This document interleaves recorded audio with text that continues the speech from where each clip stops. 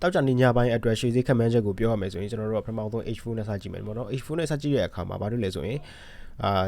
လက်ရှိဈေးကန်တဲ့အနေထားတွေအရဆိုလို့ရှိရင်ဈေးကဆက်ပြီးတော့ကျနိုင်ကြီးရှိရလို့ပြောလို့ရတယ်ပြီးတော့ overall structure အရဆိုလို့ရှိရင်တော့down trend လည်းလာနေတာဖြစ်တဲ့အတွက်ကြောင့်မလို့ကျွန်တော်တို့ကအရောင်းကိုပို့ပြီးဦးစားပေးစဉ်းစားသင့်တယ်လို့ပြောလို့ရတယ်ပေါ့နော်ဆိုတော့H4 ရင် H1 နဲ့ကြည့်မယ် H1 နဲ့ကြည့်တဲ့အခါမှာဘာထပ်တွေ့လဲဆိုလို့ရှိရင်မနေ့ကညတွေကပေါ့နော်မနေ့ကညတာဒီမှာရှိနေတဲ့inducement လို့လည်းပြောလို့ရတယ် liquidity လို့လည်းပြောလို့ရတယ်ဆိုတော့လက်ရှိဒီ inducement ပဲထားပါတော့ inducement ကိုစားရတယ် liquidity ဒီမှာရှိနေတဲ့ asset တွေကိုစားထားတဲ့အတွက်ကြောင့်မလို့မနေ့ကညကစပြီးရောင်းလို့ရတဲ့အနေအထားလို့တော့ပြောလို့ရတယ်ပေါ့နော်ညပိုင်း entry မဝင်သင့်ဘူးဆိုပေမဲ့ကျွန်တော်တို့ကဈေးကောင်းရတဲ့အတွက်ကြောင့်မလို့ဒီနေရာမှာစပြီးရောင်းလို့ရတယ်ဆိုတော့အဲ့ဒါကိုကျွန်တော်တို့က M15 နဲ့ပြန်ကြည့်မယ် M15 နဲ့ပြန်ကြည့်တဲ့အခါမှာမနေ့ကညဒါကျွန်တော်တို့ဝင်ထားတယ်ကျွန်တော်တို့ team ကဝင်ထားတဲ့ entry ပေါ့နော်ဆိုတော့မနေ့ကညက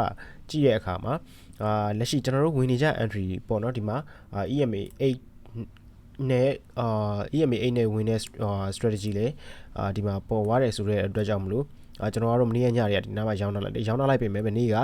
ဈေးကဆက်ချင်းတန်းပြီးမကြောက်ပါမယ်ဈေးပြန်တက်လာတဲ့အနေအထားမှာရှိရေပေါ့နော်ဆိုတော့ကျွန်တော်တို့ကတော့sell entry ကိုကင်ထားလိုက်တော့ဒီနေ့နေ့လေလောက်မှာကျွန်တော်တို့က TP ထိသွားတယ်ဆိုတော့လက်ရှိအနေထားရဆက်ပြီးရောင်းတင်သေးလားဆိုရင်တော့ရောင်းတင်သေးရလို့ပြောလို့ရတယ်ဗျဘယ်လောက်ထိဆက်ပြီးတော့ကျနိုင်မလဲဆိုရင်အခုမှရောင်းမဲ့သူတွေအတွက် target ကဗမာထားလို့ရလဲဆိုလို့ရှိရင်ဒီ zone လေးပေါ့နော်ဒီ zone ကဘယ်လောက်မှရှိမလဲဆိုရင်4000နဲ့မှ80 80ပေါ့နော်4080လောက်ထိကို TP ထားလို့ရသေးတယ်ဗျ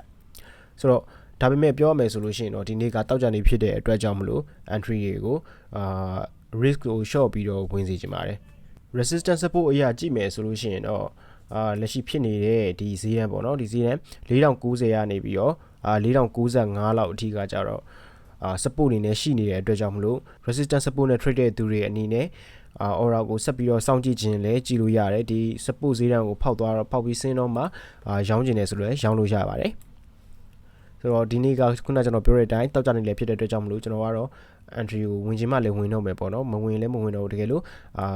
တကယ်ကောင်းတဲ့ setup ကျွန်တော်တို့ strategy နဲ့တကယ်ကောင်းတဲ့ setup တွေ့လို့ရှိရင်တော့ဝင်ပြဖို့ကတော့များတယ်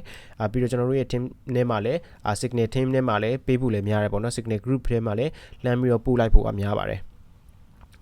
အဲ့တော့ signal group ကိုပြောရမယ်ဆိုလို့ရှိရင်ကျွန်တော်တို့က$50ကနေစပြီးတော့အကောင့်ဖွင့်မယ်ဆိုလို့ရှိရင်တော့ signal group တွေထည့်ပေးတယ်$10 20တွေဘာလို့မထည့်ပေးသေးလဲဆိုလို့ရှိရင်တခါလေကြာရင်ကျွန်တော်တို့ယူတဲ့ risk က0.01 နဲ့ trade မယ်ဆိုလို့ရှိရင်တော့ပဲ$10လောက်ကျော်တယ်ပေါ့နော် entry တစ်ကြောင်းကိုဆိုတော့ဘယ်လိုမှ$10အကောင့်နဲ့ကဒါကျွန်တော်တို့တခါလေပေးတဲ့ signal ကိုလိုက်ပြီးတော့ trade လို့မရဘူးအဲ့တော့အနည်းဆုံးကတော့$50လောက်ရှိလို့ရှိရင်တော့ပိုကောင်းတယ်ဒါမှမဟုတ်ပို့ပြီးတော့ကိုက safe ဖြစ်နေဆိုလို့ရှိရင်တော့$100လောက်ထည့်ပြီး trade တာတော့ပိုကောင်းပါတယ်ဆိုတော့ကျွန်တော်တို့ကရေရှည်လောက်ရမယ့်လုပ်ငန်းဖြစ်တဲ့အတွက်ကြောင့်မလို့$50 100လောက်နဲ့တော့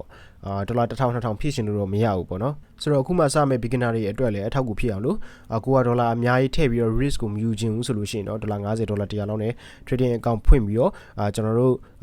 ဒီ Money Master Team မှာ trading account ဖွင့်ပြီးတော့$50နဲ့ trading account ဖွင့်မယ်ဆိုရင် Signal Group ကို free join လုပ်လဲရတယ်ပြီးရင်$100ထည့်မယ်ဆိုလို့ရှိရင်တော့ဒီ advanced video class ပေါ့နော် video class ကိုvideo class group ကို free join ဝင်ရမှာဖြစ်ပါတယ်ဗျဆိုတော့ beginner တွေအတွက်လည်းအထောက်အကူဖြစ်တယ်ဒီ signal ကလည်း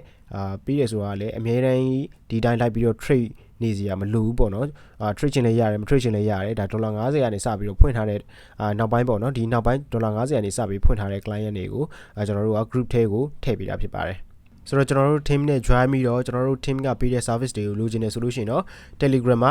@mmtrader support ဆိုပြီးရိုက်ရှာပြီးတော့ဆက်သွယ်ပေးလို့ရပါတယ်ဗျ